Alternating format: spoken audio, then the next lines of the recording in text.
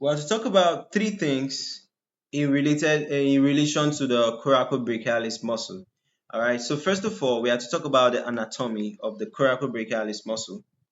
Next, we have to talk about the morphology of the coracobrachialis muscle. Then next, we have to talk about the physiology of the coracobrachialis muscle. Okay.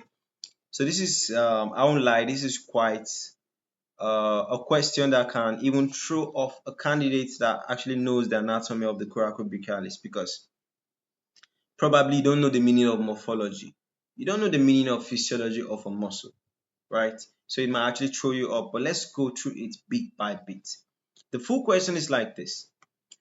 Briefly comment on the anatomical, morphological, and physiological characteristics of the coracobrachialis muscle, right? So this is the coracobrachialis muscle. First of all, before you can talk on this muscle, you need to know the location, where it is located in the body, right? The coracobrachialis is just what? Medial to the arm here, okay? Medial to the arm there. So here are the anatomical, morphological, and physiological characteristics of coracobrachialis muscle. We're starting with anatomical. Origin. The coracobrachialis arises from the coracoid process of the scapula. That's why I say coraco. So it is arising from the coracoid process, right? The insertion. It inserts into the medial aspect of the humerus, distal to the what? Deltoid tuberosity. Okay? So it is inserting in the proximal aspect of the humerus, but it is far from the deltoid tuberosity. Okay? It is far from the deltoid tuberosity.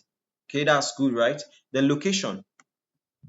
It is situated in the anterior compartment of the arm, but it is deep to the to the biceps brachii. Okay, you know that the muscles of the arm have the anterior compartment, middle compartment, posterior compartment. So this one is located in the anterior compartment. Okay, but the biceps brachii lies on it. So I have a picture like that. No, all the pictures I brought was just to illustrate coracobrachialis only. Okay, so this is another picture for coracobrachialis. The origin again, coracoid process of scapula, inserts in the medial aspect of the humerus, right? Then moving to the morphological characteristics. Morphological characteristics is what? You talk about what?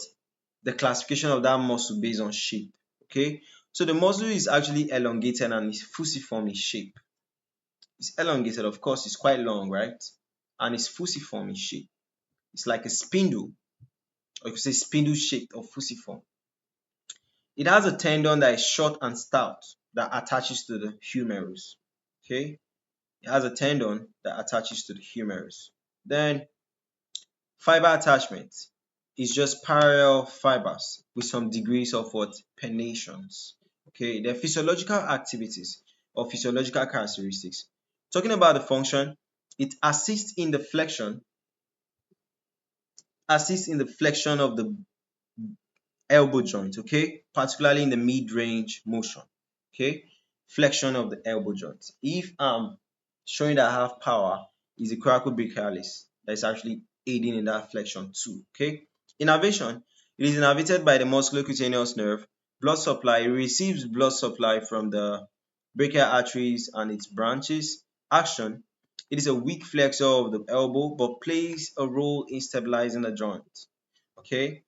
Then electromyography activity, this one is extra. Okay, this one it will show it actually shows what? Moderate activity during elbow flexion with peak activities at mid range. Okay, so that's it about the anatomical, morphological, and physiological characteristics of the coracobrachialis muscle in the body. So that's it, and bye.